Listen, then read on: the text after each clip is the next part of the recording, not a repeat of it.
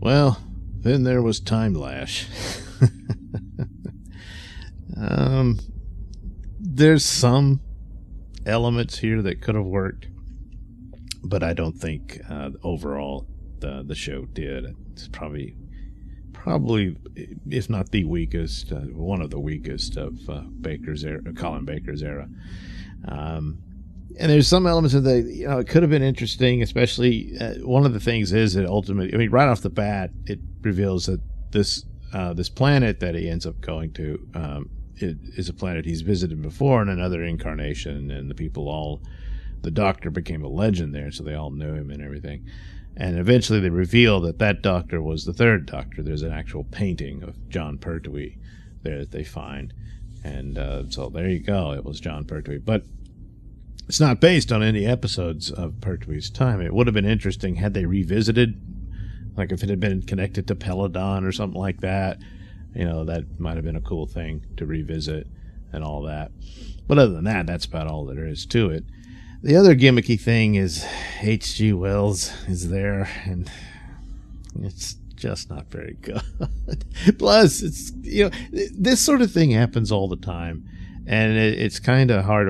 How do you use an actual historical figure in your time travel stories and whatnot without insulting them or belittling them? I mean, if they were some sort of villainous person from the past, who cares? But then again, you might make a mockery of their victims as well. So the idea for H.G. Wells is that all his ideas came from this adventure. So there's nods to, obviously, of course, the time machine plot, and then other things, War of the Worlds and stuff like that. And but it takes away from that. He just didn't come up with it himself. He had this adventure with the doctor, and that's it is. But it's all done for laughs and silliness. It's not something you take seriously. But then again, it takes away from the adventure or show you're trying to do. So yeah. So it's a bunch of people being manipulated by a tyrant, and he's kept hidden. Gee, there's something wrong. Is he even there? Is it all just a computer? No, he accidentally mutated himself into half a lizard. Which it's supposed to be horrific and everything, but I thought it was kind of funny. So his plot is to spark a war with an old enemy between them. And it almost happened, which is odd because the enemy, they see that it looks like a puppet on the screen. And he looks some kind of like snake-like creature. So it says, hey, now he's your cousin.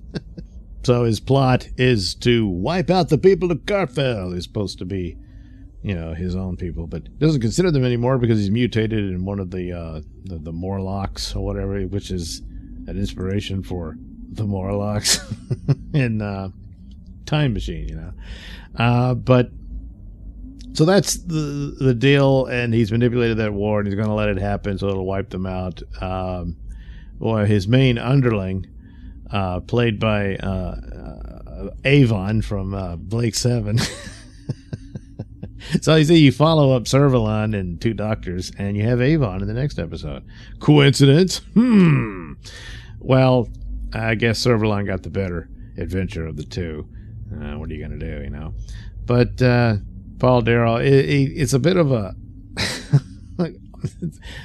almost campy, over-the-top performance of the role, but especially at the end, he suddenly realizes, holy crap, I'm on the wrong side, but it only gets him killed, so what are you going to do? And, the wig they gave him, I don't know. But anyway, works out good enough, because, I mean, it's the whole thing is a bit of a mess, so it's not really his fault. So, what are you going to do? Meanwhile, what are you going to do when you've wiped out all your people? Well, you got to breed and have more. So, of course, he's going to pick Perry because, she's the hottest woman on the planet. So the idea was but he wants to turn her into a lizard too. What an idiot, But that way the DNA would work, and they would produce a new race of, I guess, mutant Morlocks to be the species of the planet after everybody else is dead. Yeah, it's a stupid plan. It doesn't really work out. And you got to consider the guy's, out of his gourd after what happened to him and everything. And, but as a result of his condition, he's practically immortal, and I guess some amount of regenerative power, because he gets zapped, but he had a cloned body. Well, you'd think he would clone a body that was a bit more appealing. I don't know. And instead of dying, he shows up at the last minute, tries to take Perry and threatens to kill her if the doctor doesn't leave him alone. It doesn't work out, and he ends up falling into the Timelash. Now, the Timelash is this time transporter type device that they have, but they use it to get rid of their undesirables. And apparently, it doesn't kill them; it just sends them to other places in time and space, I guess, because when one of the characters goes through it, she ends up at H.G. Wells' house. And so, yeah, sure. And so the doctor uses the TARDIS to go rescue her and all this stuff, and that works out. And then they try to throw him through it. But that's the deal. Why it would send him to Earth, I don't know. Maybe they explained it and I missed it. But anyway, that's what happened. Seems H.G. Wells had a bit of a crush on the girl from that fell through the Timelash, and seemed keen on staying with her, but the doctor couldn't let that happen. He's got to get back to Earth and write all his science fiction stories that the doctor helped him come up with, albeit accidentally. Yeah.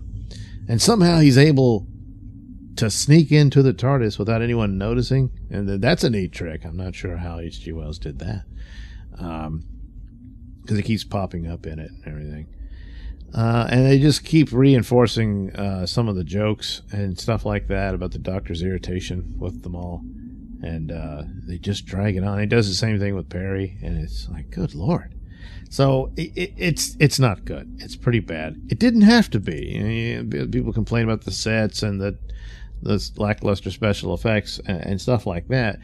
But that's not really an excuse for why it's bad. It's bad because it's just not that good of a story. The elements and stuff could have been coalesced into one, but I don't know what happened. It just wasn't thought out, and they just did a bunch of H.G. Wells gags, and that was it. So, yeah, what are you going to do? As far as the effects and costumes and stuff, the actual makeup job on the villain wasn't too bad. It was, well, what a mess, this guy, and decided, no, I'm now superior, and he could barely move around with his flipper.